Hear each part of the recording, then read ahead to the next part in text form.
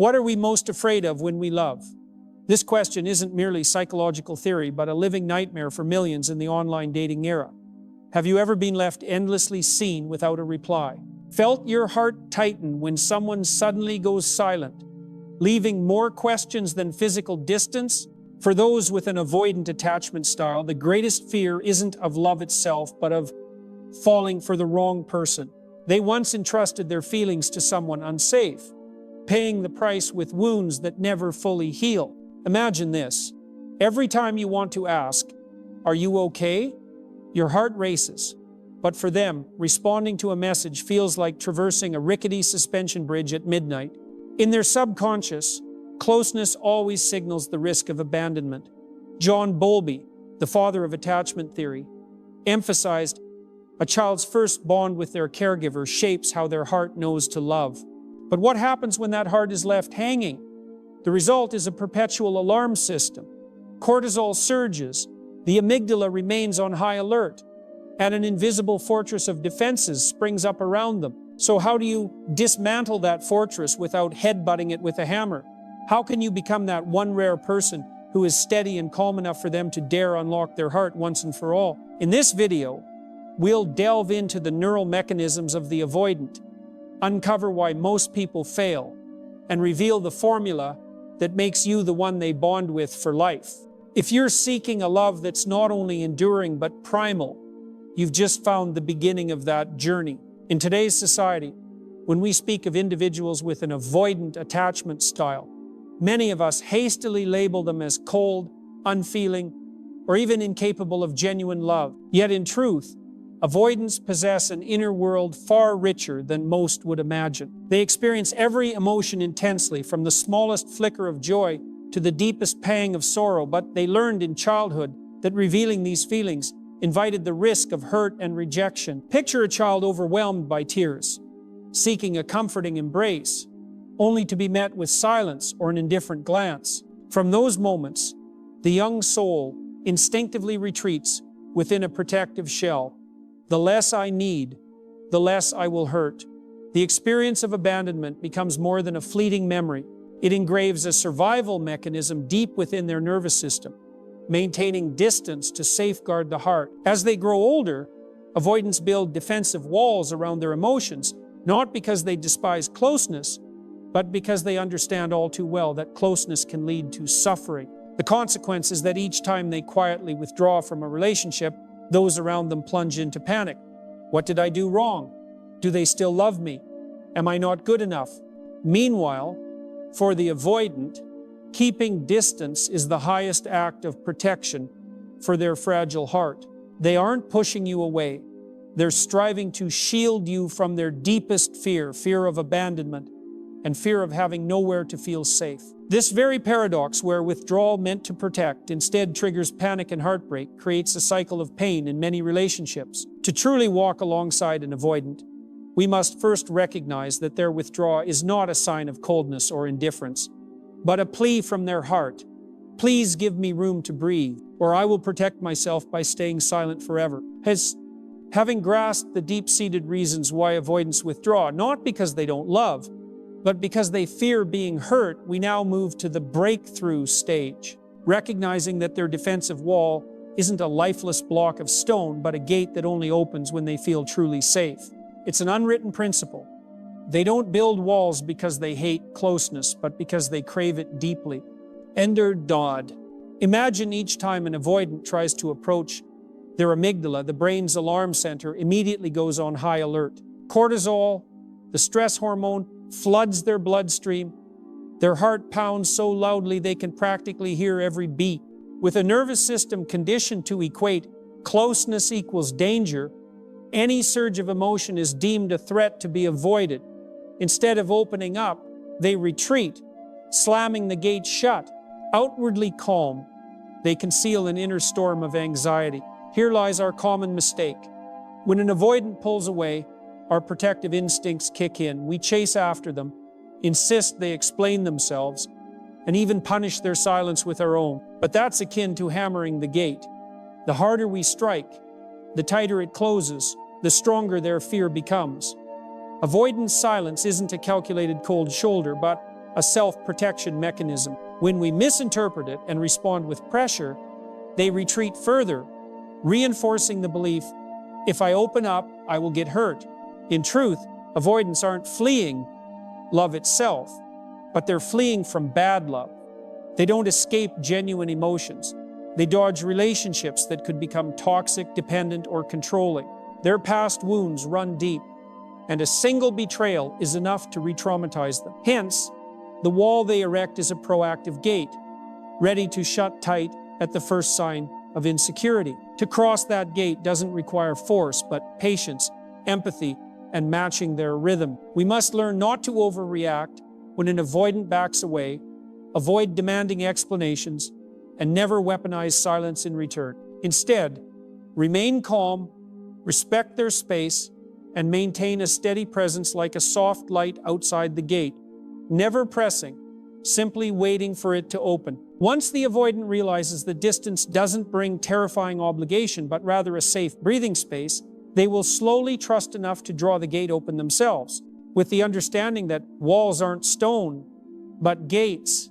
We no longer see an avoidance withdrawal as a relationship failure, but as an invitation for them to choose a moment of safety to connect. This insight sets the stage for the next section.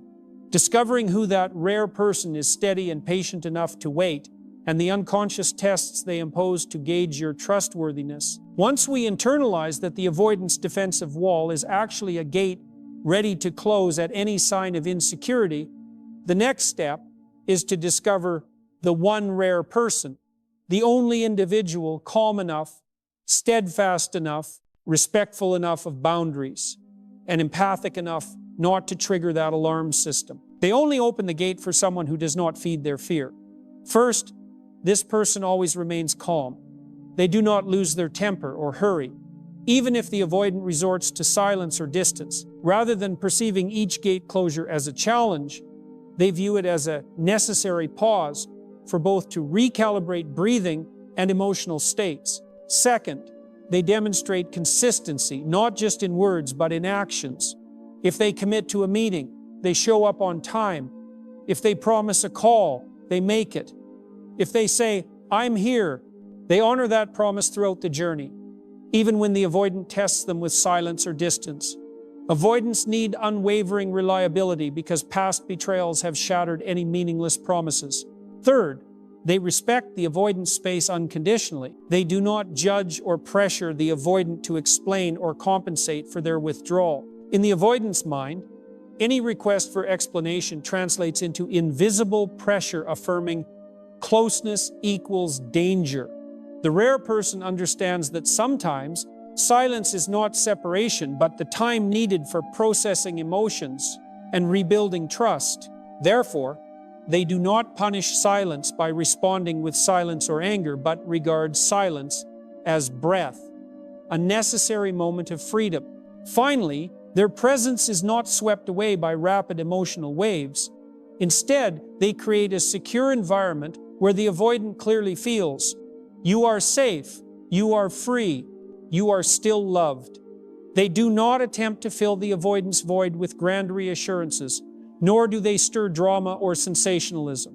Instead, they maintain a tranquility that allows the avoidant to freely explore, a stability that lets them breathe steadily, and a sincerity that assures them this is no trap but a safe harbor. Through this approach, the avoidant gradually begins to open the gate on their own terms, not out of compulsion, but out of absolute trust. Remember, the rare person does not charge in with a hammer to break down the wall, but rather steps calmly through the gate when it opens.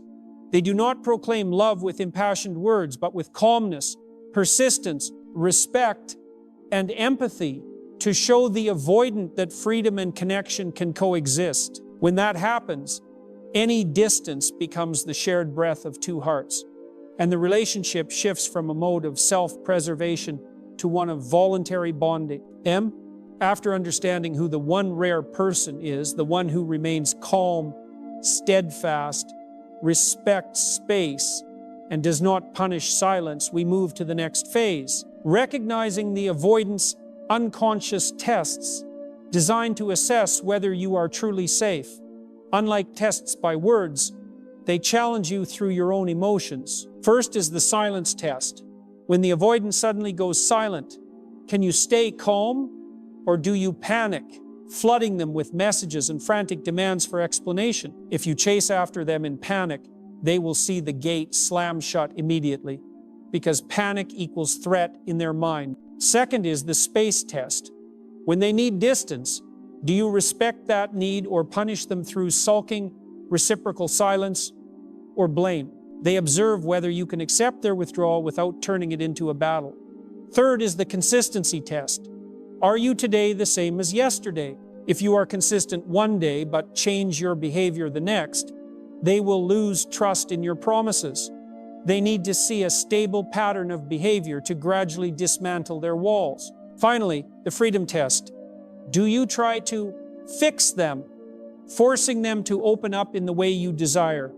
Or do you love them fully as they are? When you accept their imperfections and do not try to mold the avoidant into a version that suits your needs, they realize this is not a trap but a relationship that honors freedom.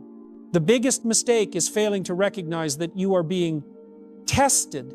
Each wrong reaction, panicking at silence, punishing them when they demand space, changing when they need consistency most, or coercing them when they need freedom, reinforces their deepest fear. If I open up, I will get hurt.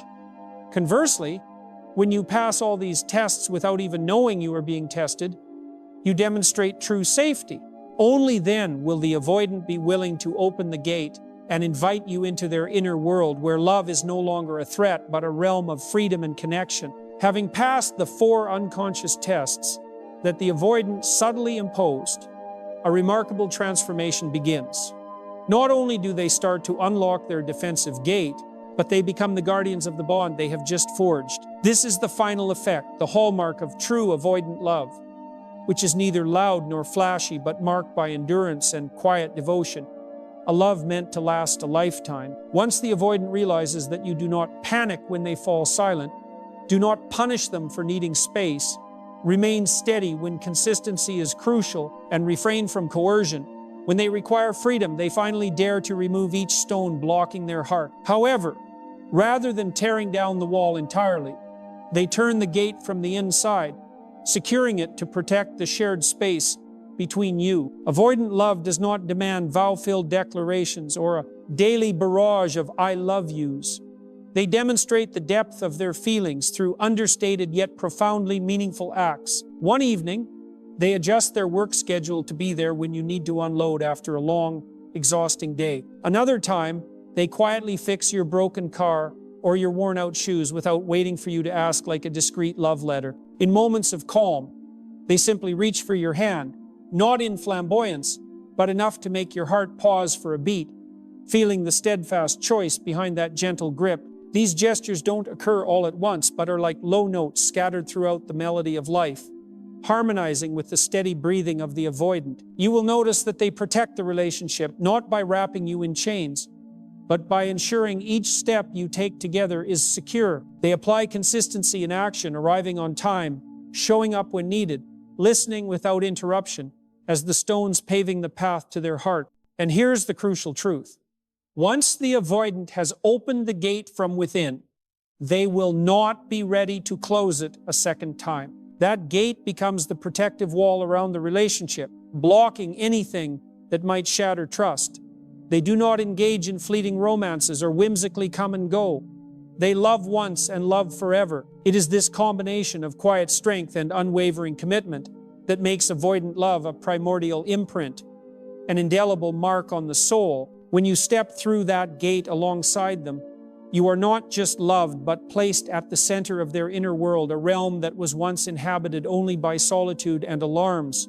This is the final stage before we move into the conclusion, where we revisit the entire journey, from deep-seated fears and defensive walls, through the one rare person and unconscious tests, to the final effect, an everlasting bond. Now, as avoidant love has been born, let us transition to how we can preserve and nurture that bond in the concluding section. As we wrap up, let's briefly revisit the 4 cornerstone insights from today's journey. Understanding the avoidant heart, we learned that avoidant partners aren't cold or incapable of love. They've simply built gates of self-protection after early wounds taught them that closeness meant danger, breaking through the gate. Walls aren't stone but gates. They only open when calm, consistency, respect for space, and an absence of punitive silence create a genuine sense of safety, becoming the one rare person. By holding steady, never chasing in panic, never punishing with silence, always honoring autonomy, you prove you won't trigger their deepest fears, and they'll trust you with their heart. Passing the unconscious tests in moments of silence, in moments of distance, in moments that demand consistency and freedom, your calm presence speaks louder than words and turns survival defenses into a lifelong bond. The core message is simple but powerful.